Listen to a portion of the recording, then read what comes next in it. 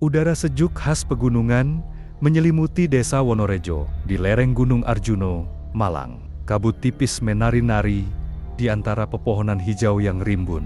Di tengah desa, berdiri warung makan sederhana bernama Nasi Uduk Darmi. Bangunan kayu tua yang telah berdiri kokoh selama lebih dari seabad. Aroma nasi uduk yang harum dan gurih tercium hingga radius beberapa meter, mengundang selera siapapun yang melewatinya. Warung itu adalah warisan turun-temurun keluarga Mbok Darmi, seorang nenek berusia 72 tahun dengan rambut putih, seputih kapas, dan senyum yang selalu ramah. Kulitnya yang keriput menceritakan kisah panjang hidupnya, penuh dengan pengalaman dan cerita yang tak terhitung jumlahnya. Matanya yang sayu, namun tajam menyimpan kedalaman yang misterius. Mbok Darmi dikenal sebagai sosok yang bijaksana dan penyabar, selalu ramah kepada setiap pengunjung warungnya. Nasi uduk Mbok Darmi memang istimewa, rasanya yang gurih dan wangi tak tertandingi. Bumbu rempah-rempahnya terasa begitu kuat dan pas, menciptakan perpaduan rasa yang unik dan menggugah selera. Resepnya yang diwariskan turun-temurun adalah rahasia keluarga yang dijaga ketat. Namun, terdapat rahasia lain yang lebih besar. Sebuah rahasia yang hanya sedikit orang yang tahu. Rahasia itu terkait dengan keberadaan Nyai Roro Kidul, makhluk halus penunggu gunung Arjuna yang konon menjaga warung Nasi Uduk Darmi. Bukan hanya resep nasi uduk yang menjadi warisan keluarga, tetapi juga sebuah perjanjian leluhur yang harus dijaga agar warung tetap ramai dan nasi uduknya tetap lezat. Perjanjian itu mengharuskan Mbok Darmi dan leluhurnya sebelum dia memberikan sesaji setiap malam Jumat Kliwon. Sesaji itu bukanlah sembarang persembahan. Ia terdiri dari 7 butir telur ayam kampung yang masih utuh, diletakkan di atas batu besar yang terletak di dekat pohon beringin tua di belakang warung, diiringi dengan seikat bunga kantil putih harum. Bunga kantil dengan aromanya yang khas dipercaya mampu menenangkan Nyai Roro Kidul dan menjaga keseimbangan alam gaib di sekitar warung. Mbok Darmi selalu menjalankan perjanjian itu dengan penuh ketaatan. Ia percaya bahwa Nyai Roro Kidul bukan hanya penjaga warung, tetapi juga pelindung keluarganya. Ia meyakini bahwa keberhasilan usahanya selama bertahun-tahun adalah berkat restu dari makhluk halus tersebut. Kehidupan Mbok Darmi begitu terjalin erat dengan perjanjian leluhur dan keberadaan Nyai Roro Kidul. Sebuah rahasia yang tersimpan rapi di balik kelezatan nasi uduk legendarisnya. Namun, takdir akan segera menguji ketaatan dan keseimbangan yang telah terjalin selama bergenerasi. Sebuah ancaman akan datang, mengguncang kedamaian di warung Nasi Uduk Darmi dan desa Wonorejo. Malam itu, suasana di sekitar warung Nasi Uduk Darmi terasa lebih mencekam dari biasanya. Kabut tebal menyelimuti desa, dan angin dingin berhembus kencang, membuat daun-daun pohon beringin bergetar. Mbok Darmi, yang sudah berusia lanjut, merasakan ketegangan di udara. Ia tahu bahwa malam ini adalah malam Jumat Kliwon, saat ia harus memberikan sesaji kepada Nyai Roro Kidul, makhluk halus yang menjaga warungnya. Setiap malam Jumat Kliwon, Mbok Darmi selalu menyiapkan 7 butir telur ayam kampung dan seikat bunga kantil. Ia meletakkan sesaji itu di atas batu besar di dekat pohon beringin tua di belakang warung. Ritual ini telah dilakukan oleh nenek moyangnya selama berabad-abad, dan Mbok Darmi percaya bahwa perjanjian ini adalah kunci untuk menjaga keberlangsungan warung dan kelezatan nasi uduknya. Dengan hati-hati, Mbok Darmi menyiapkan sesaji. Ia mengingat semua cerita yang diceritakan oleh neneknya tentang Nyai Roro Kidul. Dikatakan bahwa makhluk halus itu adalah sosok yang anggun, namun sangat kuat. Ia menjaga keseimbangan antara dunia manusia dan dunia gaib. Jika perjanjian dilanggar, maka akan ada konsekuensi yang mengerikan. Setelah menyiapkan sesaji, Mbok Darmi melangkah keluar warung. Suasana malam terasa sunyi. Hanya terdengar suara angin yang berdesir. Ia berjalan menuju pohon beringin, merasakan bulu kuduknya merinding. Ketika ia meletakkan sesaji di atas batu, ia berdoa dengan khusyuk, memohon agar Nyai Roro Kidul tetap menjaga warungnya dan memberikan keberkahan. Tiba-tiba, angin berhembus kencang, dan Mbok Darmi merasakan kehadiran sesuatu yang lain. Ia menoleh dan melihat bayangan hitam melintas di antara pepohonan. Hatinya berdebar, tetapi ia berusaha tenang. Ia tahu bahwa Nyai Roro Kidul tidak akan menyakiti jika perjanjian dijaga. Setelah selesai berdoa, Mbok Darmi kembali ke warung. Namun, saat ia melangkah, ia mendengar suara lembut. Seolah-olah ada yang memanggil namanya. Mbok Darmi. Suara itu terdengar samar, namun jelas. Ia berhenti sejenak, menoleh ke arah suara itu, tetapi tidak melihat siapapun. Keesokan harinya, warung nasi uduk Darmi kembali ramai. Para pelanggan datang berbondong-bondong, menikmati nasi uduk yang lezat. Mbok Darmi merasa lega, tetapi di dalam hatinya, ia tahu bahwa perjanjian itu harus terus dijaga. Ia tidak bisa mengabaikan suara yang ia dengar malam itu. Suara itu seolah menjadi pengingat bahwa makhluk gaib itu selalu mengawasi. Seiring berjalannya waktu, Joko, pemuda skeptis yang pernah mengejek Mbok Darmi, mulai sering datang ke warung. Ia terpesona oleh kelezatan nasi uduk dan keramahan Mbok Darmi. Joko mulai mendengarkan cerita-cerita tentang Nyai Roro Kidul dan perjanjian leluhur. Ia merasa ada sesuatu yang lebih dalam dari sekadar makanan enak. Namun, Joko tidak sepenuhnya percaya. Ia masih meragukan keberadaan makhluk halus itu. Suatu malam, ia memutuskan untuk mengunjungi warung saat malam Jumat Kliwon. Ingin melihat sendiri apa yang terjadi. Ia bersembunyi di balik pohon beringin, menunggu Mbok Darmi melakukan ritualnya. Ketika Mbok Darmi datang dengan sesaji, Joko menyaksikan dengan penuh rasa ingin tahu. Ia melihat nenek itu berdoa dengan khusyuk, dan saat angin berhembus, ia merasakan hawa dingin yang aneh. Joko mulai meragukan skeptisisme yang selama ini ia pegang. Malam itu, Joko menyaksikan sesuatu yang tidak akan pernah ia lupakan.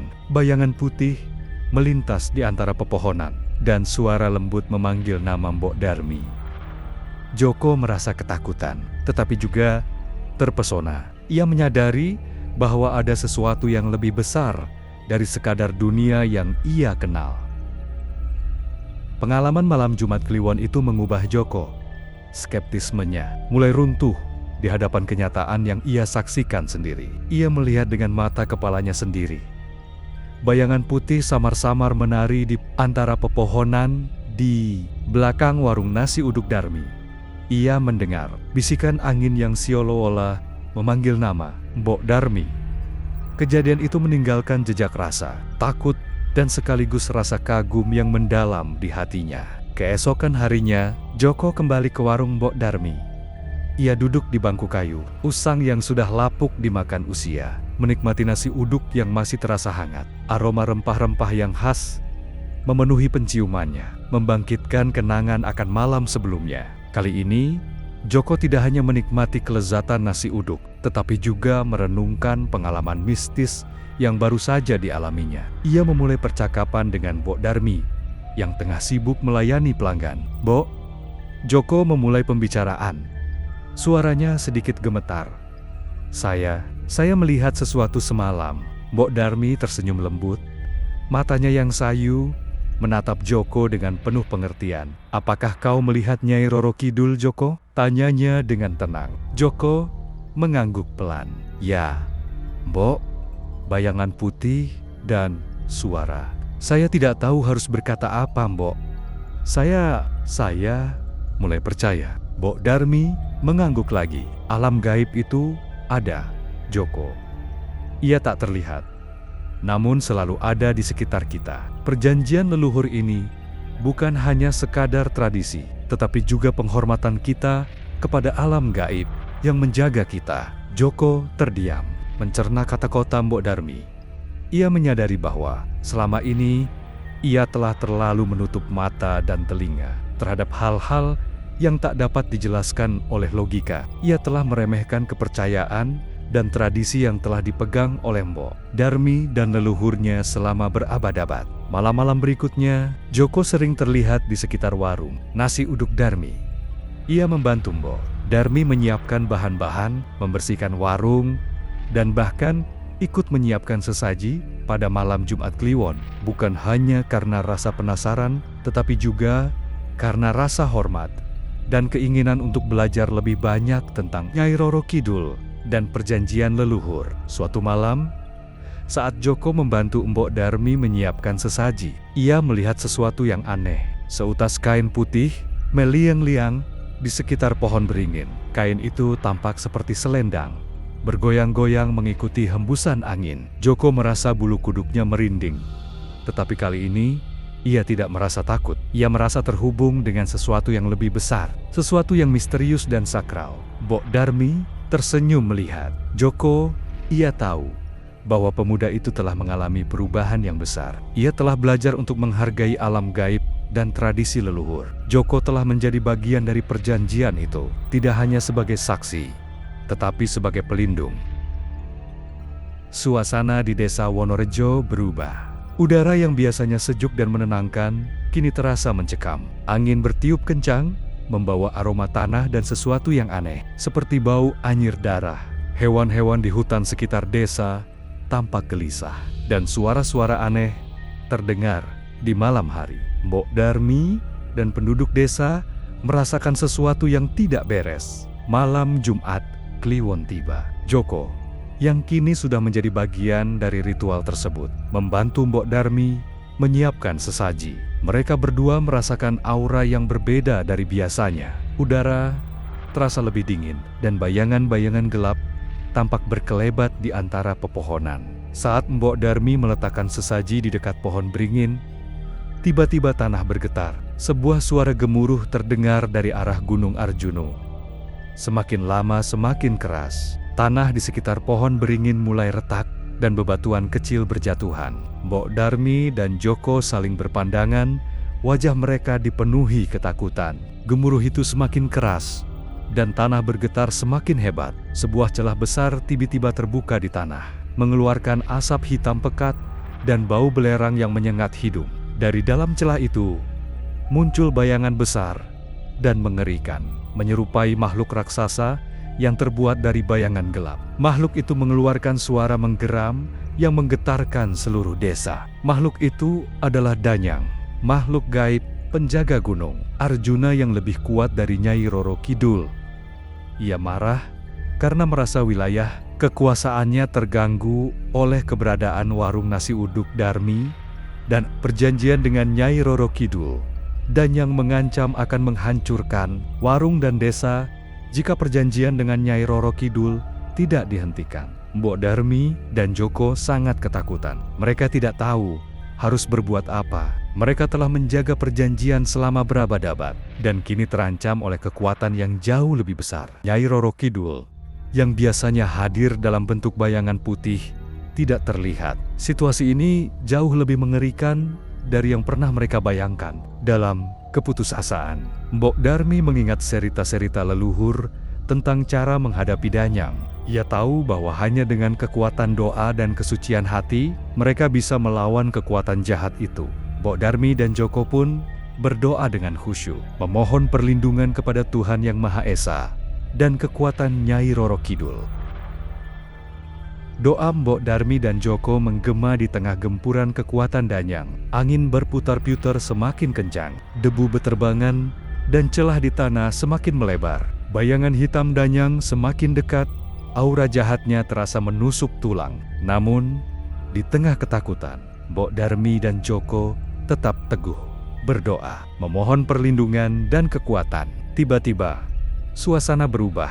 Angin berputar-putar dengan kecepatan tinggi, membentuk pusaran besar yang memisahkan Mbok Darmi dan Joko dari Danyang. Dari dalam pusaran itu, muncul cahaya putih yang menyilaukan. Semakin lama, semakin terang. Cahaya itu membentuk sosok Nyai Roro Kidul, jauh lebih nyata dan kuat dari sebelumnya. Nyai Roro Kidul, dalam wujudnya yang anggun namun penuh wibawa, melayang di udara. Rambutnya yang panjang terurai, dan matanya memancarkan cahaya yang menakutkan.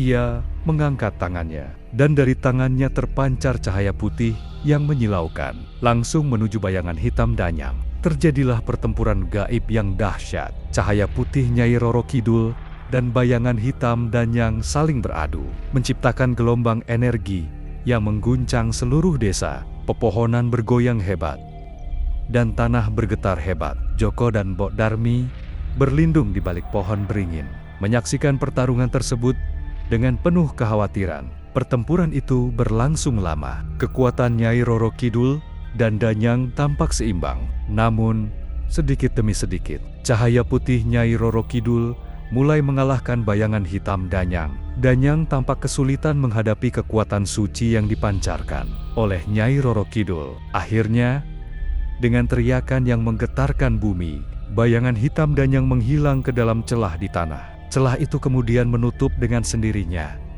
dan bumi kembali tenang. Angin berhembus lembut, membawa aroma bunga kantil yang harum. Nyai Roro Kidul menghilang, meninggalkan cahaya putih yang perlahan memudar. Mbok Darmi dan Joko saling berpelukan, lega karena telah selamat dari ancaman Danyang. Mereka menyadari bahwa perjanjian leluhur bukan hanya sekadar tradisi, tetapi juga pelindung mereka dari kekuatan jahat. Nyai Roro Kidul telah membuktikan kesetiaannya sebagai penjaga warung nasi uduk Darmi. Setelah pertempuran dahsyat antara Nyai Roro Kidul dan Danyang, Desa Wonorejo kembali tenang. Namun, keheningan itu terasa berbeda. Ada rasa syukur yang mendalam, bercampur dengan rasa lelah dan sedikit ketakutan yang masih tersisa. Warung nasi uduk Darmi, yang semula hampir hancur akibat getaran tanah, masih berdiri kokoh, seakan dilindungi oleh kekuatan gaib. Mbok Darmi dan Joko duduk di warung, saling berpandangan. Wajah mereka tampak lelah, namun mata mereka bersinar dengan rasa syukur. Mereka telah selamat dari ancaman yang sangat besar. Perjanjian leluhur yang selama ini mereka jaga telah terbukti ampuh dalam melindungi mereka. Keesokan harinya, penduduk desa berdatangan ke warung nasi uduk Darmi. Mereka membawa berbagai macam makanan dan minuman sebagai tanda terima kasih kepada Mbok Darmi dan Joko atas keberanian mereka dalam menghadapi Danyang. Mereka juga menyampaikan rasa syukur mereka kepada Nyai Roro Kidul yang telah melindungi desa dari ancaman tersebut. Suasana di warung terasa hangat dan penuh kebersamaan. Mbok Darmi dan Joko menceritakan pengalaman mereka kepada penduduk desa. Mereka berbagi kisah tentang pertempuran gaib yang telah mereka saksikan, tentang kekuatan Nyai Roro Kidul, dan tentang pentingnya menjaga perjanjian leluhur. Namun, di tengah rasa syukur, Mbok Darmi merasakan sesuatu yang berbeda. Ia merasa lebih lelah dari biasanya. Tubuhnya terasa lemah, dan matanya tampak sayu. Ia menyadari bahwa pertempuran tersebut telah menguras banyak energinya. Joko memperhatikan kondisi Mbok Darmi. Ia khawatir akan kesehatan nenek tersebut. Ia tahu bahwa Mbok Darmi telah mendedikasikan seluruh hidupnya untuk menjaga warung dan perjanjian leluhur. Ia merasa bertanggung jawab untuk menjaga Mbok Darmi dan meneruskan warisan tersebut. Malam harinya, Joko duduk di samping Mbok Darmi yang terbaring lemah.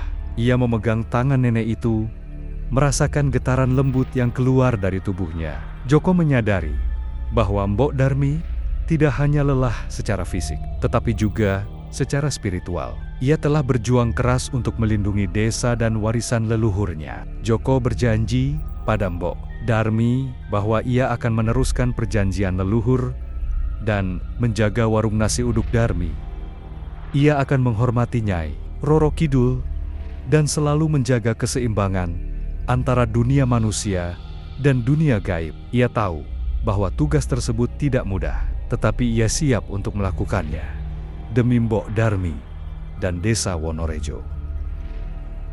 Mbok Darmi, meskipun tubuhnya lemah, masih mampu tersenyum melihat Joko yang dengan tekun membantu mengelola warung nasi uduk Darmi.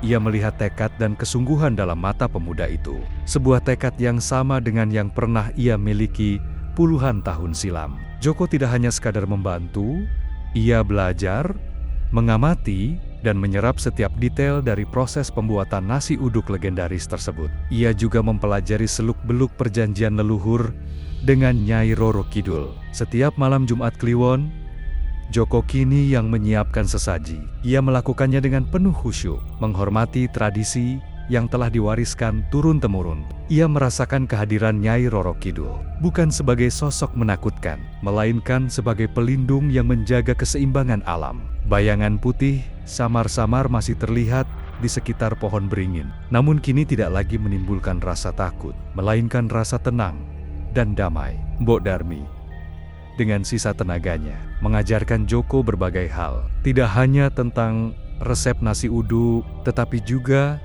tentang nilai-nilai kehidupan yang terkandung dalam warisan leluhur. Ia bercerita tentang pentingnya keseimbangan antara manusia dan alam, tentang pentingnya menghormati kepercayaan dan tradisi, dan tentang pentingnya menjaga kelestarian lingkungan. Suatu hari, seorang peneliti dari kota datang ke desa Wonorejo. Ia tertarik dengan legenda Nyai Roro Kidul dan warung nasi uduk Darmi. Ia ingin meneliti lebih dalam tentang tradisi dan kepercayaan yang ada di desa tersebut. Joko, yang kini telah menjadi penerus Mbok Darmi, menyambut peneliti tersebut dengan ramah.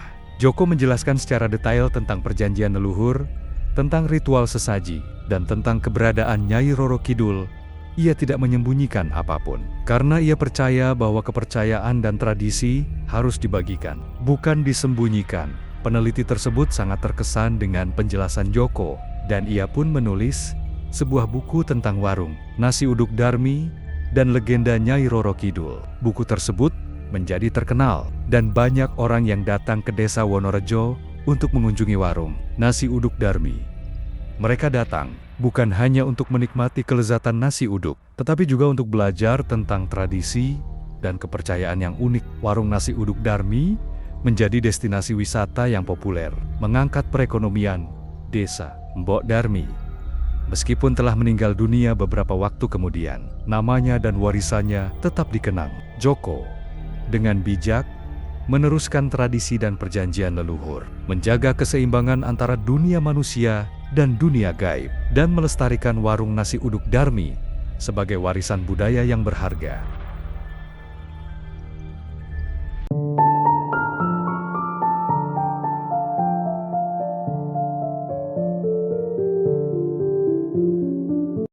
Kampung Cibuyur adalah desa kecil yang tersembunyi di kaki Gunung Kendali Sodo, bagian dari wilayah Kecamatan Rawawindu, Kabupaten Cimalangga, Jawa Barat. Desa ini dikelilingi oleh hutan lebat dan lahan pertanian yang menghampar sejauh mata memandang. Udara di sini sejuk, tapi selalu menyimpan aroma lembab dari tanah yang jarang tersentuh matahari. Disinilah kisah ini dimulai. Darto, seorang pemuda berusia 27 tahun, tinggal bersama ibunya, Maijah, di sebuah rumah panggung sederhana yang terbuat dari kayu jati tua. Ayahnya, Tarmin, telah lama meninggal dunia saat mencari kayu di hutan Petak 7, sebuah tempat yang dikenal warga sebagai kawasan angker. Sejak kecil, Darto terbiasa hidup sederhana. Warisan terakhir dari sang ayah hanyalah gerobak bakso tua dan lonceng kecil perunggu yang kini selalu tergantung di bawah gagang gerobaknya. Setiap sore, menjelang maghrib, suara lonceng itu menjadi pertanda bahwa Darto tengah berkeliling desa menjajakan bakso. Warga sangat menyukai baksonya. Kuah, gurih, dan bakso daging sapi asli buatannya telah menjadi favorit. Apalagi ia selalu melayani dengan senyum tulus dan sikap sopan. Namun malam itu, angin terasa lebih dingin dari biasanya. Setelah melayani pembeli di ujung kampung, Darto memutuskan pulang lebih awal karena perasaan tak enak yang ia sendiri tak bisa jelaskan. Untuk menghemat waktu, ia mengambil jalur pendek yang melewati tebing, lemah bengkok, dan sisi luar Petak 7. Walau jalur itu jarang dilalui orang setelah maghrib, saat ia mendorong gerobaknya di bawah pohon beringin besar, tiba-tiba lonceng gerobaknya berdentang tanpa ia gerakan. Suaranya nyaring berbeda dari biasanya, seolah ada yang menggoyangnya dengan sengaja. Darto berhenti, sekujur tubuhnya merinding. Dartu, sebuah bisikan halus, nyaris tidak terdengar, menyebut namanya dari arah semak-semak gelap. Ia memicingkan mata, mencoba mencari sumber suara, tapi tak ada siapapun di sana. Hanya kabut tipis yang menggantung di antara pepohonan. Langkahnya terasa berat saat mencoba berjalan lagi. Namun, saat ia memalingkan wajah untuk kedua kalinya, Ia melihat sepasang mata berkilau kekuningan menyala dari balik gelap. Darto tergesa mendorong gerobaknya, menghindari tempat itu. Tapi jiwanya seperti tertinggal di sana, di tempat di mana suara memanggil dan mata itu mengintai. Di rumah, Maijah sudah menunggu dengan cemas. Ia menatap anaknya yang tiba-tiba terlihat pucat dan tak banyak bicara malam itu. "Ada apa? Tuh?" tanya Mak Ijah pelan. "Enggak apa-apa, Mak. Tadi cuma kebanyakan angin aja," jawab Darto sambil tersenyum hambar. Tapi dalam hatinya, Darto tahu malam ini bukan malam biasa. Dan petak 7 menyimpan sesuatu yang belum selesai dengannya. Keesokan paginya, Darto bangun lebih awal dari biasanya. Wajahnya masih tampak pucat dan matanya sembab. Ia tak bisa tidur semalaman, memikirkan peristiwa aneh yang ia alami di dekat petak ke-7. Namun, ia memutuskan untuk tak menceritakan hal itu kepada siapapun, bahkan kepada Maijah. "Jangan siring-siring lewat jalur bawah, tuh," kata Maijah sambil menyuapi Iyam-iyam peliharaan di halaman. "Banyak yang bilang ada hal-hal aneh di sana." "Udah dari zaman dulu begitu." Darto hanya mengangguk. Dalam hatinya, ia tahu bahwa suara dan mata di malam itu bukan sekadar hal aneh. Ia merasa seperti sedang dipanggil. Hari itu, ia kembali berjualan seperti biasa. Tapi pikirannya tidak tenang. Setiap suara angin, setiap bayangan ranting yang bergerak membuatnya terkejut. Ia bahkan lupa menaruh garam di kuah baksonya. Beberapa pelanggan menegur dengan nada bercanda. Tapi Darto hanya tersenyum lemah. Sore menjelang malam, hujan gerimis turun membasahi jalanan kampung. Darto memutuskan untuk pulang lebih awal. Tapi entah kenapa, seolah tanpa sadar, ia kembali melintasi jalan semalam jalur menuju petak ke-7. Saat sampai di bawah pohon beringin yang sama, gerobaknya tiba-tiba berhenti sendiri. Rodanya terasa berat, seperti terjebak dalam tanah. Walau tak ada lumpur, lonceng di gerobaknya kembali berdentang 3 kali pelan. Namun jelas, Darto menahan napas. Dari balik kabut, suara itu kembali terdengar. "Darto!" Namun kali ini bukan bisikan samar. Suara itu lembut, menyerupai suara seorang perempuan muda. Darto menoleh cepat. Di antara semak yang rimbun, berdirilah sosok seorang perempuan berkerudung putih. Wajahnya tersembunyi oleh bayangan, tapi matanya sepasang mata itu bersinar kuning, seperti malam sebelumnya. "Aku telah menunggumu," katanya. Suaranya seperti musik gamelan yang mengalun jauh, menenangkan, tapi juga menghipnotis. Darto melangkah mundur. Siapa kamu?" Perempuan itu tidak menjawab. Ia hanya tersenyum samar, lalu berbalik dan berjalan masuk ke dalam kabut hutan. Seketika, gerobak Darto terasa ringan kembali, seperti tak pernah macet. Ia segera mendorongnya sepat-sepat, meninggalkan tempat itu. Tapi saat ia menengok ke belakang, perempuan tadi telah menghilang, menyisakan jejak air di rerumputan, seperti bekas sisaan seekor ular besar. Malam itu, Darto duduk diam di depan rumahnya. Di tangannya, ia menggenggam lonceng kecil dari gerobaknya, yang kini sudah lepas sendiri, tanpa sebab. Dan di ujung lonceng itu, ada sisik berkilau menempel. Sejak pertemuannya dengan wanita misterius di bawah pohon beringin, hidup Darto tak lagi sama. Ia sering termenung, tak fokus saat membuat adonan bakso. Bahkan beberapa kali lupa menyiapkan tusuk sate dan sambal di gerobaknya. Hal ini mulai membuat para pelanggan bertanya-tanya, "Kenapa tuh? Biasanya sambalnya pedas, mantap. Ini hambar kayak air wudhu," celetuk Pak Mulyadi, langganannya yang cerewet tapi baik hati. Darto hanya tersenyum malu. Ia tak bisa menceritakan bahwa pikirannya masih tertinggal di jalur petak 7, tempat suara halus memanggil dan sepasang mata kuning menyala mengintai. Malam itu, Darto tidur lebih cepat, tapi bukan istirahat yang ia dapatkan. Dalam tidurnya, ia justru dibawa ke tempat yang asing. Ia bermimpi berdiri di tengah hutan lebat, langit merah saga, dan angin berdesir membawa suara gamelan pelan. Di hadapannya berdiri wanita berkerudung putih itu. Namun kali ini, wajahnya terlihat jelas wajah cantik, pucat, dengan mata keemasan bersisik seperti ular. "Aku tidak ingin menakutimu, Darto," katanya lembut. "Aku hanya ingin kau mengenal siapa aku sebenarnya." Darto ingin bicara, tapi suaranya tercekat. Kakinya seperti tertanam di tanah. "Aku adalah anak dari Ratu Siluman Ular yang menjaga petak 7 sejak sebelum manusia mengenalnya sebagai hutan," lanjut wanita itu. "Namaku Ratri, dan aku telah memperhatikanmu sejak lama. Hatimu bersih, dan itu langka." Tiba-tiba tanah di sekeliling mereka terbelah, memperlihatkan kolam dalam yang bercahaya kehijauan. Ular-ular besar berenang di dalamnya, tapi bukan ular biasa. Kulit mereka mengilap seperti batu giok, dan mata mereka bersinar tenang. Ratri mengulurkan tangan. "Datanglah jika kau siap. Petak 7 adalah gerbang, tapi hanya yang dipanggil yang bisa masuk." Darto terbangun dengan tubuh berkeringat dingin. Nafasnya tersengal, dan matanya langsung menatap keluar jendela kamar. Di luar, tepat di bawah pohon jambu depan rumah, ada sebuah benda berkilau. Dengan langkah pelan, ia keluar dan mengambilnya. Itu adalah kerudung putih, basah oleh embun malam, dan di atasnya, sisik ular hijau kecil tertinggal, seperti undangan tak kasat mata. Di dalam hatinya, Darto tahu, ini bukan mimpi biasa. Petak 7 sedang memanggilnya. Pagi di kampung Cibuyur biasanya tenang, tapi pagi itu Darto merasa ada yang berbeda. Embun lebih tebal dari biasanya, dan udara di sekitarnya terasa lembab seperti habis hujan. Padahal langit cerah.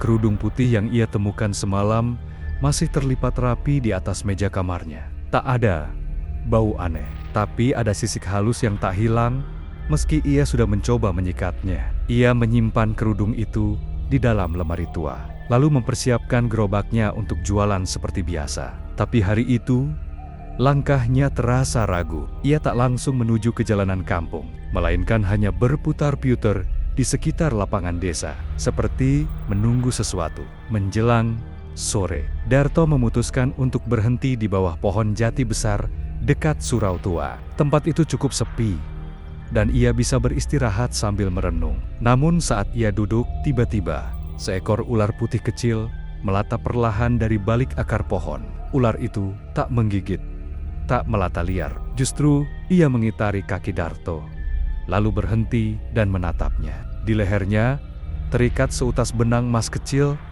dengan manik hijau yang bersinar. Darto membungkuk pelan, mencoba menyentuhnya, tapi sebelum tangannya sampai, ular itu mendesis pelan dan merayap pergi. Anehnya, ia meninggalkan bekas jejak bercahaya yang membentuk aksara Jawa kuno di atas tanah. Darto menatap tulisan itu dengan ngeri dan takjub. Ia tak bisa membaca huruf itu, tapi hatinya merasa seolah memahami. "Datanglah saat bulan mati, petak 7 menantimu." Saat malam tiba, Darto duduk termenung di depan rumah. Bulan sabit menggantung tipis di langit, dan ia tahu 2 malam lagi bulan akan mati malam tanpa cahaya. Saat langit benar-benar gelap, Maijah memanggilnya untuk makan.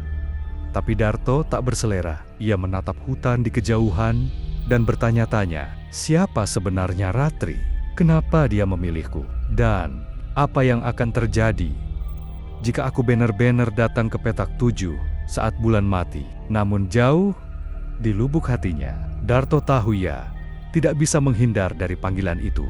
Ini bukan sekadar takdir, ini semacam ikatan yang belum selesai. 2 hari telah berlalu.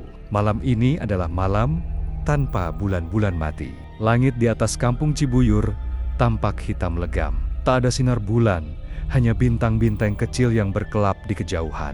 Udara malam terasa lebih dingin dan berat. Tak ada suara jangkrik. Bahkan anjing-anjing pun diam. Darto melangkah pelan, menyusuri jalan tanah yang biasa ia lewati untuk berjualan. Tapi kali ini bukan membawa gerobak bakso. Ia hanya mengenakan jaket tipis, senter kecil di tangan, dan sebuah ikat kepala berwarna putih yang ia temukan di dalam kerudung peninggalan Ratri. Tak tahu kenapa, ia merasa harus memakainya. Saat sampai di jalur menuju petak 7, ia berhenti sejenak di bawah pohon beringin, tempat pertama kali mendengar suara Ratri. Angin malam berembus dingin, membawa bau tanah basah dan aroma bunga yang tidak dikenal. Pelan-pelan, kabut mulai muncul dari tanah, menebal dan menyelimutinya. Langkah Darto terhenti ketika melihat sosok tinggi besar berdiri di tengah jalan. Sosok itu mengenakan jubah hitam. Wajahnya tertutup topeng kayu, menyerupai ular. Di tangannya menggenggam tongkat panjang berujung gading. "Kau telah dipanggil," ucap suara dalam, berat. "Tapi sebelum memasuki gerbang, kau harus menjawab satu hal." Darto menelan ludah. Apa pertanyaannya? Penjaga itu mengangkat tongkatnya, lalu berkata, "Apakah kau datang karena takut atau karena percaya?" Darto diam sesaat, nafasnya tercekat, tapi kemudian ia menjawab dengan mantap, "Aku datang karena percaya. Bukan karena aku tak takut, tapi karena aku tahu ada sesuatu yang harus kuselesaikan di sana." Penjaga itu menunduk. Kabut di sekitarnya bergulung seperti ombak, lalu membelah tanah, membuka jalur kecil berlapis cahaya kehijauan. Di dalamnya tumbuh pohon-pohon yang tidak ada di dunia nyata, berdaun ungu, berbunga api kecil, dan suara gemericik air yang berasal dari tanah itu sendiri. "Langkahkan kakimu dengan niat bersih," kata penjaga. "Karena sekali masuk, kau tak bisa mundur sebelum semua rahasia terbuka." Darto melangkah masuk ke jalur itu. Begitu ia melewati batas kabut, udara berubah. Tidak lagi dingin dan sunyi, tapi hangat dan penuh nyanyian samar. Langkahnya terasa ringan. Cahaya di depan semakin terang. Dan dari kejauhan, ia melihat sosok Ratri berdiri di antara dua batu besar, tersenyum lembut sambil menunggunya. Dunia yang baru saja terbuka itu bukan sekadar tempat, itu adalah alam lain, di mana batas antara manusia dan makhluk gaib telah lama ditentukan. Dan Darto, si tukang bakso keliling, kini telah resmi memasuki wilayah siluman ular. Darto melangkah masuk ke lorong cahaya itu dengan dada berdebar. Di belakangnya suara penjaga gerbang menghilang, dan jalanan biasa pun lenyap. Ia kini berada di dunia yang lain, dunia yang belum pernah disingkap oleh manusia biasa. Langkahnya menyusuri jalur yang dikelilingi oleh pepohonan aneh, dengan daun-daun sebesar tampah dan cahaya api. Kecil beterbangan seperti kunang-kunang suci. Suara aliran air terdengar dari kejauhan.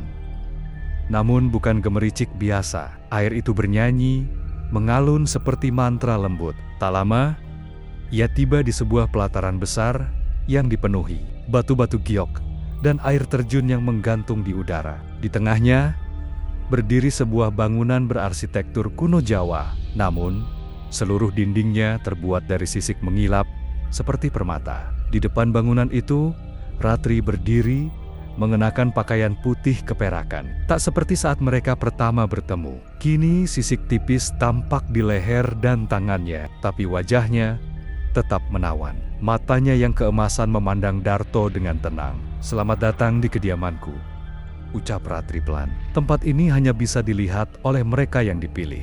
Darto menunduk sopan. Tempat ini seperti mimpi, karena memang berada di batas mimpi dan nyata, jawab Ratri sambil tersenyum.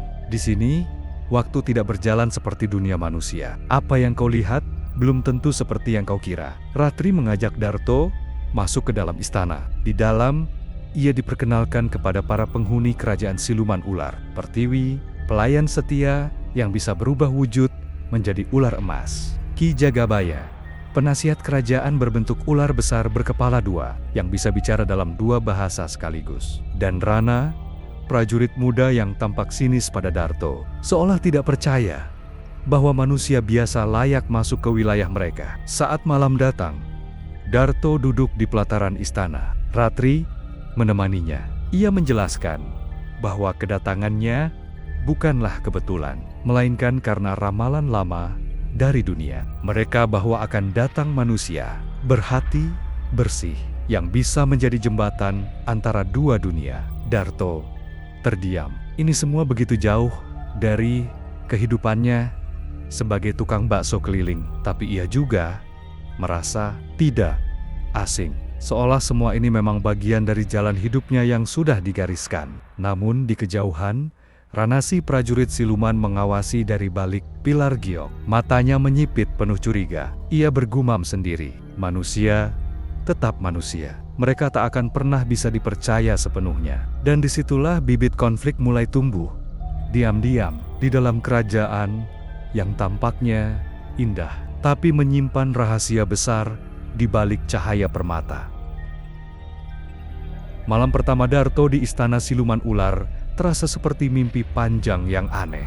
Ia tidur di dalam sebuah kamar batu berukir naga, di atas alas lembut dari bunga siluman yang hangat seperti kulit manusia. Ketika ia membuka mata, matahari belum terbit, tapi langit di dunia itu sudah bersinar biru keperakan, seolah mentari berasal dari dalam bumi, bukan dari langit. Ratri duduk di dekat jendela batu giok, menunggu dengan secangkir air daun naga yang aromanya harum menusuk. "Hari ini kau harus mengikuti ujian 3 jiwa," katanya lembut. "Ujian?" Darto mengerutkan kening.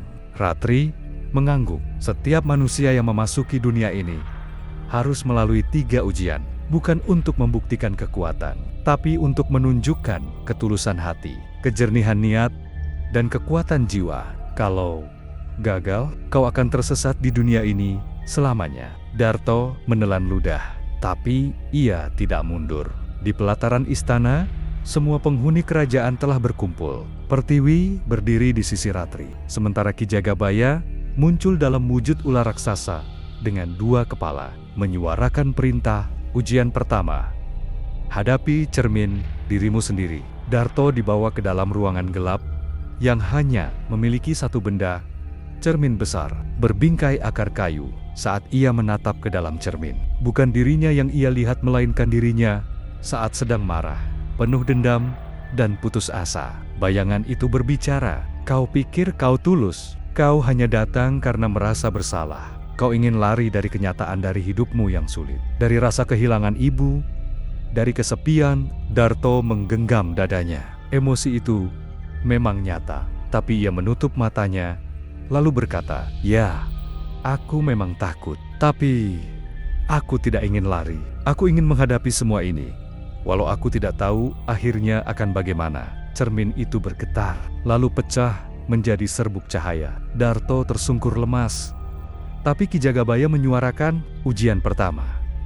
Lulus." Semua mata tertuju padanya, termasuk Rana, sang prajurit muda yang tampak kesal, lalu pergi meninggalkan tempat itu dengan ekspresi tidak suka. Ratri menghampiri Darto dan menepuk pundaknya. "Kau sudah mengambil langkah pertama dengan benar." Namun, di kejauhan, di balik rerimbun hutan siluman, seekor ular besar bermata merah menyaksikan dari kejauhan.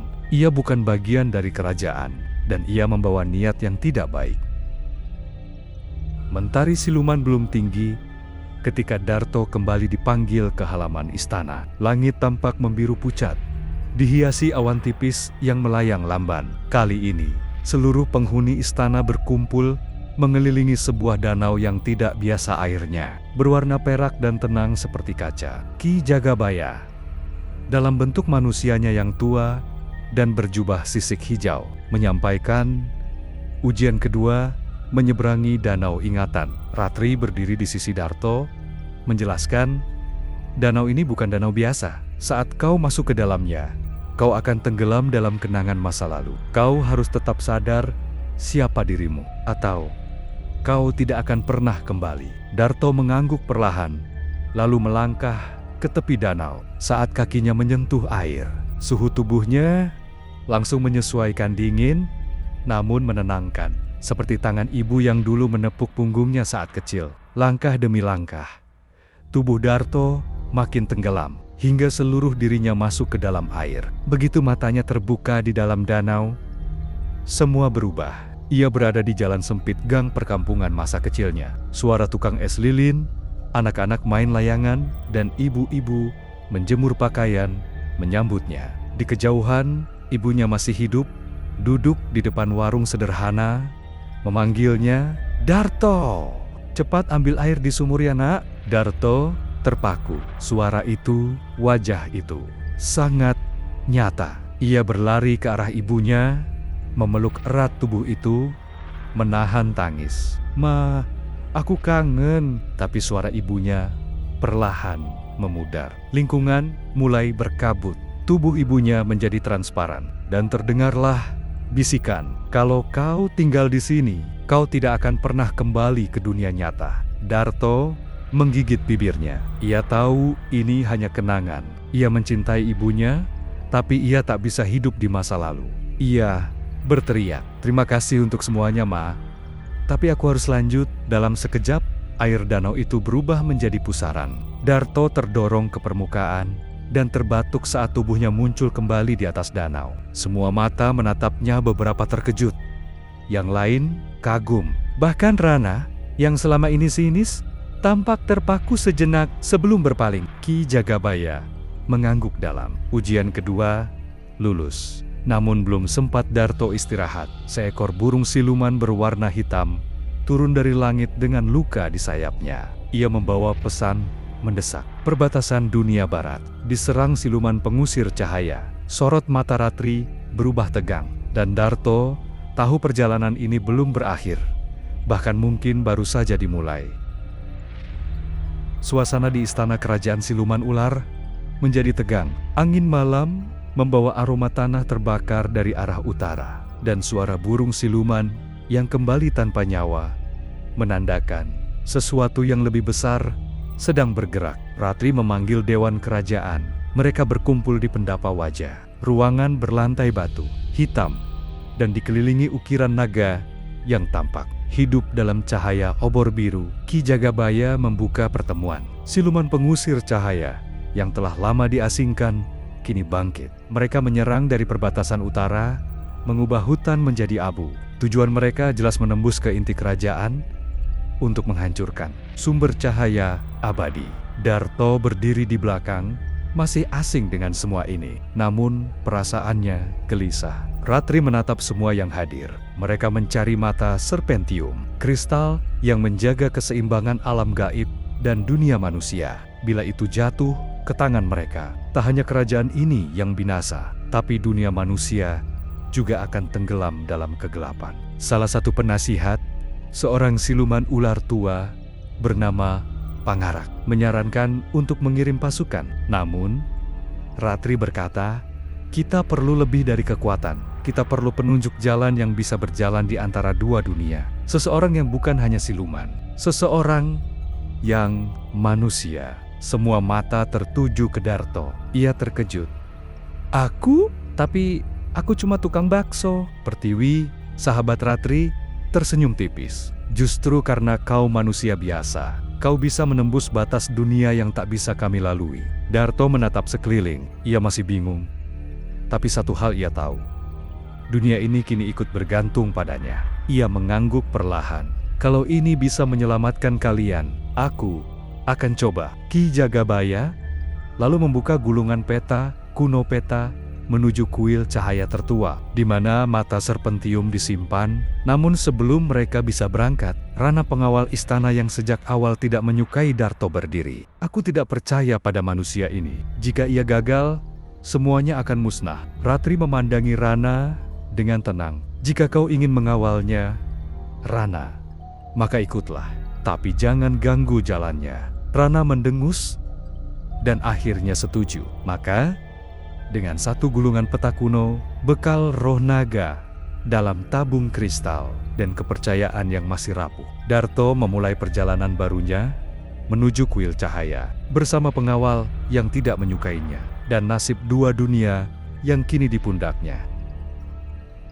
Langit pagi di atas kerajaan siluman ular diselimuti kabut tipis saat rombongan kecil bersiap meninggalkan gerbang barat istana. Darto kini mengenakan pakaian perjalanan khusus dari sisik ular yang ringan tapi kuat, menggenggam erat gulungan peta kuno yang diberikan oleh Ki Jagabaya. Di sampingnya, Rana berdiri tegak dengan ekspresi waspada, dan di belakang mereka, 3 pengawal siluman menyusul dalam diam. "Tujuan pertama," kata Rana dengan suara datar, "melewati hutan pelupa." Ratri, yang mengantar hingga batas istana, menyentuh lengan Darto. "Kau harus percaya pada ingatanmu sendiri. Jangan biarkan hutan mengatur siapa kau." Darto mengangguk, dan perjalanan pun dimulai. Hutan pelupa, sesuai namanya, adalah tempat di mana waktu dan memori menjadi kabur. Pohon-pohon besar menjulang hingga langit. Daunnya bergoyang lembut tanpa angin. Setiap langkah ke dalam terasa seperti melangkah ke dalam mimpi. Darto awalnya merasa baik-baik saja, tapi perlahan ia mulai merasa aneh. Ia melihat seorang wanita tua memanggilnya dari balik pohon, menawarkan semangkuk bakso. "Darto, kau ingat aku? Kau sering lewat warungku kan?" Darto nyaris melangkah, tapi Rana tiba-tiba menarik kerah bajunya. "Jangan lihat matanya." Wanita itu menghilang seketika, berubah menjadi asap gelap yang menghilang ke balik pohon. "Semua yang kau lihat di sini bisa jadi palsu," kata Rana. "Bahkan kami bisa berubah di matamu." Darto mulai sadar, aroma tanah, suara jangkrik, bahkan bayangan ibunya yang memanggil dari kejauhan semuanya. Ilusi untuk melemahkan pikirannya. Di tengah hutan, mereka menemukan batu penuntun. Batu raksasa dengan ukiran ular melingkar. Di tengahnya, sebuah lubang seperti kunci. Darto mengeluarkan kristal penuntun dari tabung kecil yang dibekalkan Ratri dan menekannya ke lubang itu. Batu tersebut menyala, lalu perlahan bergerak membuka jalur rahasia di bawah akar-akar pohon. Namun, sebelum mereka masuk, salah satu pengawal siluman yang bernama Giri tiba-tiba menjerit. Tubuhnya terangkat ke udara dan ditarik oleh sosok hitam bersayap. Makhluk bayangan yang tidak terdeteksi sebelumnya. Darto ingin membantu, tapi Rana menahan. "Jika kau keluar dari jalur batu ini, kau akan terjebak selamanya." Dengan berat hati, mereka melanjutkan langkah mereka ke jalur rahasia, meninggalkan jeritan Giri yang perlahan menghilang ditelan kabut hutan. Di dalam jalur bawah tanah, suasana lebih tenang. Di sana, dinding-dinding penuh lukisan kuno tentang mata serpentium, para penjaganya, dan ramalan tentang manusia yang akan membangkitkan cahaya lama. Darto berhenti. Salah satu lukisan menunjukkan seorang pria sederhana yang mirip dirinya berdiri di atas jurang antara dua dunia, memegang kristal bercahaya. Ia menoleh ke Rana. "Apa ini?" "Tentang aku?" Rana hanya menjawab singkat, "Mungkin ya, mungkin tidak, tapi kita belum sampai ke ujung cerita." Lorong batu yang sempit itu berujung pada sebuah aula bawah tanah, raksasa yang diterangi cahaya alami dari kristal-kristal bercahaya di langit-langit gua. Di tengah ruangan berdiri sebuah gerbang melingkar yang tampak terbuat dari cahaya, namun tampak rapuh, seperti jalinan kabut yang membentuk pola rumit. Darto terdiam. "Ini bukan sekadar pintu," Rana berkata pelan. "Itu adalah gerbang cahaya dalam. Pintu terakhir menuju kuil mata serpentium, tapi tidak semua bisa melewatinya." Dari balik kabut, muncul sosok tinggi mengenakan jubah putih dengan wajah tertutup topeng emas. Suaranya lembut namun menggema. "Apa kalian membawa penunjuk takdir?" Rana menunjuk ke Darto. Dia, sosok itu menghampiri Darto, lalu mengangkat tangannya. Dari tangannya muncul aliran cahaya yang menyentuh dada Darto dan seketika, cahaya itu menampakkan potongan-potongan masa lalu Darto. Ibunya, gerobak bakso, malam ketika ia nyaris jatuh ke jurang, dan pertemuan pertamanya dengan Ratri. Penjaga itu mengangguk. Dia membawa bekas dunia dan cahaya baru. Tapi ia belum lengkap. Darto bertanya, "Apa maksudmu?" Penjaga itu menunjuk pilar-pilar batu di sisi aula. Di masing-masingnya terdapat celah untuk 4 simbol, dan hanya satu dari simbol itu yang telah menyala. Untuk membuka gerbang ini, kau harus menemukan 3 ingatan kebenaran lainnya. Hanya mereka yang mengenal dirinya sendiri yang bisa menyeberang. Rana tampak kecewa. "Jadi, kita harus kembali?" "Tidak," kata Darto tiba-tiba. "Kita harus terus mencari." "Tapi, bagaimana menemukan ingatan itu?" Penjaga menunjuk ke arah 3 lorong yang bercabang dari aula. Masing-masing lorong akan membawa kalian pada satu bagian masa lalumu. Tapi hati-hati, di dalam sana bukan hanya kenangan yang menunggu. Kadang, kebenaran menyakitkan. Darto memilih lorong tengah terlebih dahulu. Ia berjalan sendirian, seperti yang diperintahkan oleh penjaga. Di ujung lorong, ia menemukan dirinya berdiri di sebuah desa sederhana. Ada bau kuah bakso di udara, dan suara anak-anak kecil berlarian. Ia melihat dirinya sendiri, lebih muda, berdiri di samping ibunya yang sedang merebus bakso. Tapi, tiba-tiba, sosok ibunya berubah menjadi siluman ular bukan menyeramkan, tapi akrab. "Darto," suara itu berkata, "kau pikir asalmu dari mana?" Darto mundur. Ia gemetar. "Kenapa ibu berubah seperti itu?" Bayangan itu tersenyum pilu. "Karena kau belum siap tahu bahwa separuh dirimu bukan sepenuhnya manusia." Tiba-tiba, ruangan itu runtuh dalam cahaya. Saat Darto kembali ke aula utama, simbol kedua menyala. Rana bertanya, "Apa yang kau lihat?" Darto menjawab lirih, "Aku baru mulai mengenal siapa aku sebenarnya." Lorong kedua gelap dan sempit. Darto melangkah masuk sendiri, sesuai dengan aturan penjaga cahaya. Suasana segera berubah, langit terbuka di atasnya, dan ia berdiri di pinggiran sebuah kampung yang terbakar. Asap hitam membumbung, dan suara teriakan memenuhi udara. Di kejauhan, seorang pria berlari melawan kobaran api. Darto tertegun. "Itu ayahnya." "Bapak," bisiknya. Adegan itu seperti rekaman yang diputar ulang. Sang ayah membawa seorang bayi Darto kecil di dalam selimut lusuh, berlari menyusuri kebun belakang rumah yang kini hangus. Namun yang mengejutkan, Darto bukan kebakaran itu, melainkan siapa yang mengejar ayahnya, seorang siluman ular bersisik hitam, membawa tombak bercahaya. Ayahnya melawan balik dengan pusaka kecil pisau hitam berpola sisik, dan siluman itu mundur, terluka. Tiba-tiba, semua membeku. Sosok kabur dari balik asap muncul, berbicara pada Darto. "Kenapa kau pikir kau selalu bisa mendengar suara ular saat kecil? Kenapa gerobak bakso bapakmu tak pernah dirampok meski melewati daerah rawan?" Darto menoleh. "Siapa kau?" "Aku adalah percikan dari memori bapakmu yang ia sembunyikan darimu." "Ia bukan hanya penjual bakso. Ia pernah menjadi penjaga gerbang dunia manusia dan siluman." Ingatan itu menghilang. Darto kembali ke aula batu.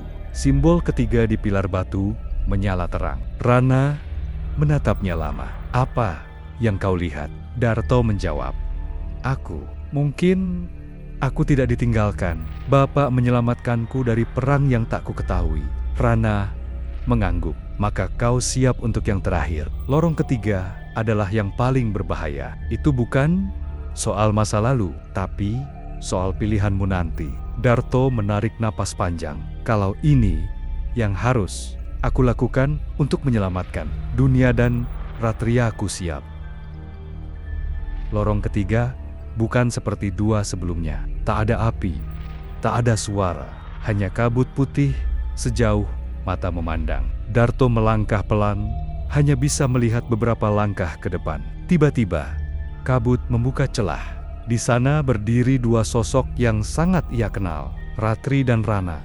Tapi mereka berbeda, berdiri berhadapan, saling menatap dengan mata penuh amarah. Ratri mengenakan gaun putih sisik ular, matanya bersinar keemasan. Dia harus memilih.